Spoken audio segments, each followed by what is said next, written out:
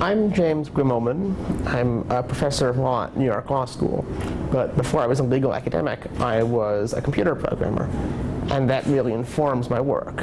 I'm interested in how people make and use computer software and the effects that that has on who gets what in society, how people relate to each other, and even how we are and who we are ourselves.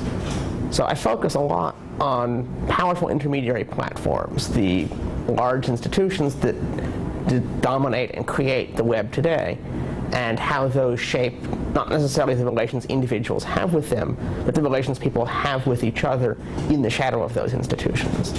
So I've thought about search engines, thought about privacy on Facebook, and related topics that all involve how our lives change when we have the internet in it, and all these different ways of using software.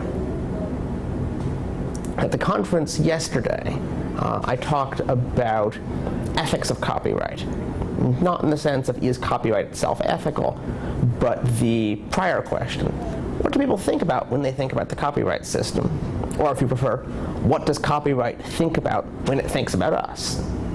My argument is that the law itself and the way people use law in their conversations about creativity reflects a set of very interesting ethics.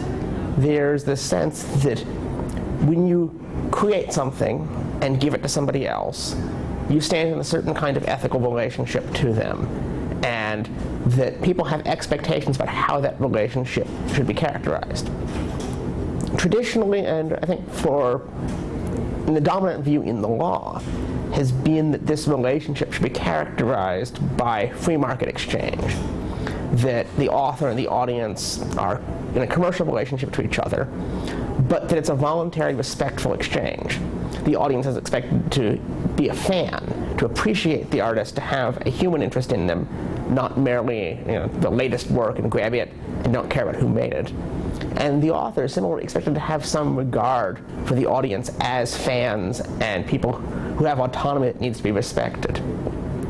And you see rhetoric around these ethical visions in copyright wars. So the music industry says that people don't respect copyrights enough, and that people out there are falling into moral error because they're not paying for their music and their movies. On the other side, you have places like the Electronic Frontier Foundation telling the content industries, don't sue your customers. This is an ethical claim also.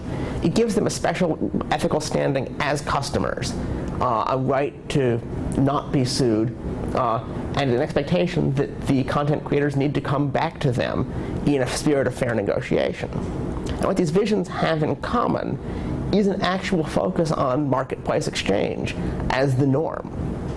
So, to me, the fascinating question is what happens to that vision in the conversation with the ideals of sharing. I like to share, as Creative Commons slogan at one point went. And in that setting, you can ask whether the sharing ideal is meant to be compatible with the market exchange. Does it hybridize with it, such that people move between paid and voluntary creation and labor freely and regularly? Or is it in some sense a direct challenge to that system?